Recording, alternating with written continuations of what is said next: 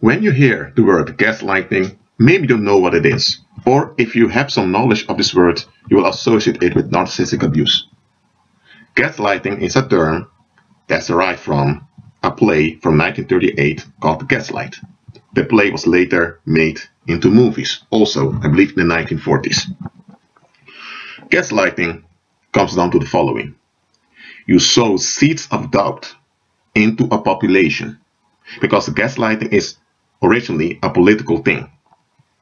However, it also happens in romantic relationships, where one of the partners of the relationship is either narcissist or worse. Gaslighting is a political thing in which you sow seeds of doubt in the population, and this causes division. Once divisions are formed, people want answers. But because there's division, everyone now has their view on the facts. And because people tend to hold on to their views, the divisions turn into rivalry. And now, because there is this division, this breakdown of the community, the political leaders can easily move the population into the direction they want. Because they know without this breaking down of trust amongst each other in the population, they would not be able to drive the population in the direction they want it into. It can be, for example, I'm just making up something here. It can be, for example, let's go back to ancient times, that the emperor of China, of the Chinese Empire, wanted to invade the Korean kingdoms, for example. Let's say the Korean kingdoms were quite rich, quite wealthy, but the Korean peninsula, it was quite difficult for the Chinese imperial army to get into it because there's a big mountain range that surrounds the peninsula. And to build a fleet to invade Korea would also be quite expensive. And in general, the Chinese population, which consists out of several kingdoms and chiefdoms under the Chinese emperor, they had no interest in any war. They just wanted to enjoy the prosperity and be left alone. So what does the Chinese emperor, together with the warlocks, or let me say the wizards, do? The wizards, which are part of the shadow government, who worship Apollo, who's the Antichrist, as the Bible says in Revelation chapter 9, verse 11, the wizards, together with the emperor, come with a plan.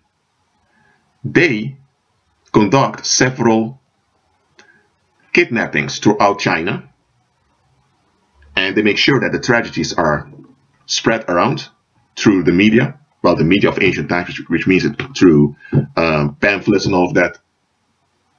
So when this happens, there is fear amongst the population, and everyone's talking about the kidnappings that are going on. And then there are so-called Koreans coming out saying and confessing that they're the ones kidnapping those people because they are a gang, because there are Korean gangs that are hunting China. So okay, so now this is going on. The population, which trusts their leaders, believes that there are Korean gangs robbing them and kidnapping their women. At the same time, there are also reports being spread of Manchurians that are doing the same thing, and also of people from the Viet country. But the narrative of the Korean gangs remains the dominant one. What is going on now? Doubt is being sown in the population, and because there's doubt, now there's division. After a while, the people are so divided, they want it to end. But there's still so-called kidnappings happening. So when one day one of the generals under the lead of the emperor declare war on the Korean kingdoms, people think, you know what, let this happen so that this is over with. Remember, the people never wanted war with Korea to begin with. They just want to be left alone and be at ease because they had no hostilities towards the country, and neither did the Korean kingdoms have any hostilities towards the Chinese empire. But now, because seeds of doubt were sown into the population was now broken down into segments, and now to escape the conflicts that affected everyone, even into their homes, because that's what collective contention does. It affects everyone in the community. To escape it all, they surrendered to the policy that the state came with, even if it was a policy they originally would never have accepted. And And now that they've accepted this policy, now that the Chinese army invaded the Korean kingdoms, now they're quite supportive of it. They're quite patriotic that China expanded this territory. But then memories come back amongst the people that, hold on a minute, 10 years ago, nobody even wanted this. People resist this firstly. Now the same people 10 years ago that never wanted anything to do with the war against the Koreans are now so patriotic that China has invaded the Koreas, and they even say that it's for the good of the Koreans. I mean, now people are making up reasons why they are supporting this decision, even though initially they never would have accepted it. That is what gaslighting is. So now the people in the population that remember very well that, hold on a minute, this consent of the population with this policy is weird. Anyone that mentions this gets attacked by the population because the people don't want to accept the idea that they've been played with. They especially don't want to accept the idea that they've contributed to the manipulation upon themselves. So now, to feel at ease and hold on to the ease they have by agreeing against Korea, they now come up with reasons why those people speaking out are conspiracy theorists or people causing trouble in society. So now they need to be silenced. And of course, the population doesn't want to make their hands dirty. The state will take care of it. So the state will be blamed instead of the population who's enabling it. That is how gaslighting operates. Now, on the individual level, if you have a relationship with a narcissistic individual, gaslighting might also happen. But I'm not talking about the individual now. There's so much literature out already about the individual cases. I'm talking here about the collective form of gaslighting that we often don't notice. And here's the thing, gaslighting isn't just something done by governments. It's done by businesses, by corporations, it's done by churches, it's done by many institutions.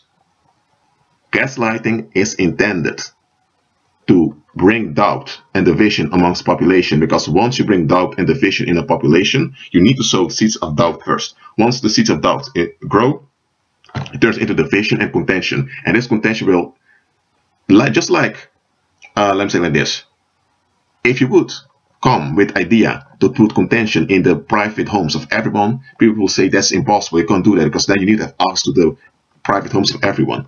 That's not going to work. But you know that people operate as a collective. So if you, on the collective, so in the collective, so seeds of doubt, it will affect everyone. So you don't really need to have physical force to do this. You just need to come with ideas or reports that contradict themselves so that the witchcraft will work.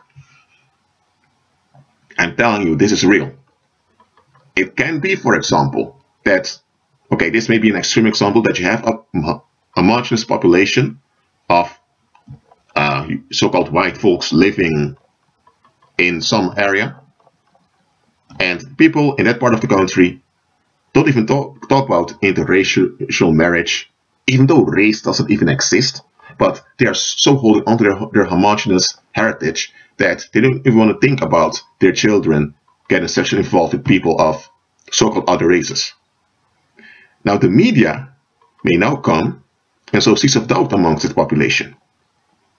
And once these seeds of doubts are there, and now there are conflicts in the households, people can't stand each other anymore, the social bonding of the community has broken down, the social trust has disappeared.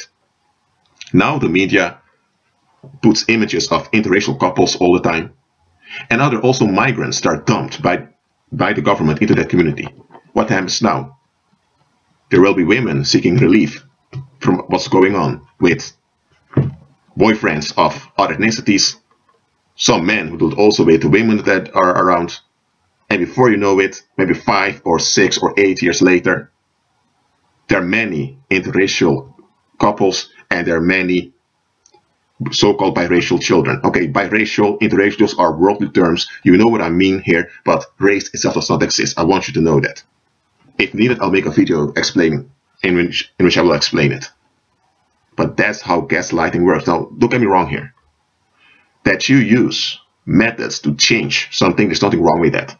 I mean, if you have a population that holds on to bad ideas, then you can use methods to break down and destroy those bad ideas amongst the population. There's nothing wrong with that. That's a good thing. That is what the gospel does. But the gospel is not gaslighting. The gospel breaks down the works of the devil, and it disables people from continuing in the negative.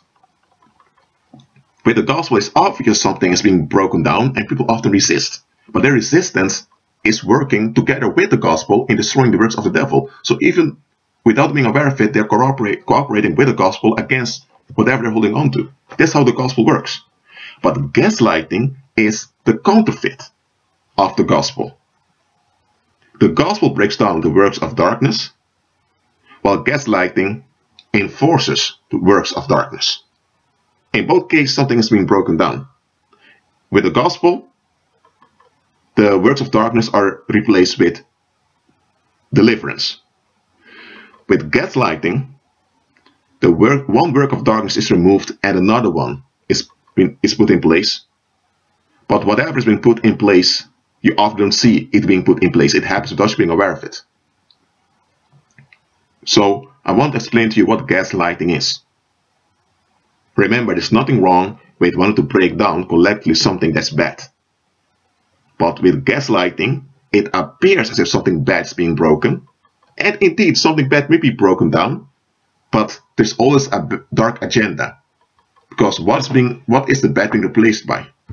With gaslighting, for example, racism amongst homogeneous population may be dealt with, as I explained in the parable, but at the same time, other things are being enforced that may be worse or just as bad. But people are so distracted by the racism disappearing that they don't realize what they're being led into. Look, I made this video spontaneously. That's why you hear me stop once in a while. I made this video so that you will know what gaslighting is, and so that you're not deceived by all those definitions thrown out there. Gaslighting is a political thing done on a population to enforce change, but it's a change people don't see coming. And because they don't see it coming, they cooperate with it without them being aware of it. And gaslighting, most of the time, there's a dark agenda behind it. But people don't see the agenda, even if they're cooperating with it. Look, just agree with Christ and be at peace.